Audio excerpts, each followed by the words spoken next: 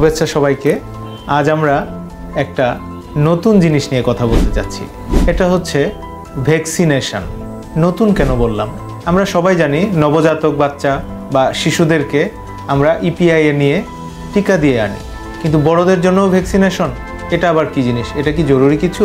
অবশ্যই জরুরি।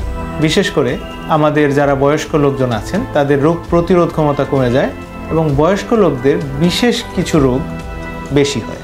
বিশেষত যাদের রোগ প্রতিরোধ ক্ষমতা কমে গেছে ডায়াবেটিসের জন্য, ক্রনিক কিডনি ডিজিজের জন্য, শ্বাস প্রশ্বাসজনিত রোগের জন্য, অথবা এমন যদি কেউ হন যার শরীরে অন্য কোনো অঙ্গ প্রতিস্থাপন করা হয়েছে। আপনারা জানেন এখন কিডনি প্রতিস্থাপন করতে হয় অনেক ক্ষেত্রে।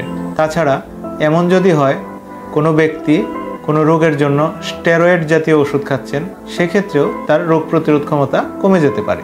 এই ধরনের রোগীদের ক্ষেত্রে এখন আমাদের দেশেই ভ্যাকসিন পাওয়া যাচ্ছে, বিশেষ করে নিউমোনিয়া ভ্যাকসিন, যেগুলা খুব বেশি ব্যয়বহুল নয় এবং দেওয়াও কঠিন নয়। যেমন নিউমোকক্কাস ভ্যাকসিন একটা আছে যেটা একবার দিলে আজীবনে আর দেওয়ার প্রয়োজন হয় না, আরেকটা আছে যেটা 3 থেকে 5 বছর পর পর দিতে হয়, আর ইনফ্লুয়েঞ্জার ফ্লু শটগুলো বছরে একবার করে দিতে হয়।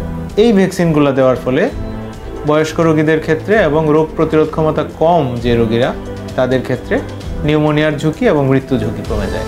এই ক্ষেত্রে অবশ্যই আপনি আপনার নিকটস্থ দক্ষ বিশেষজ্ঞ চিকিৎসকের পরামর্শ নিতে পারেন। সচেতনতার জন্য সবাইকে ধন্যবাদ।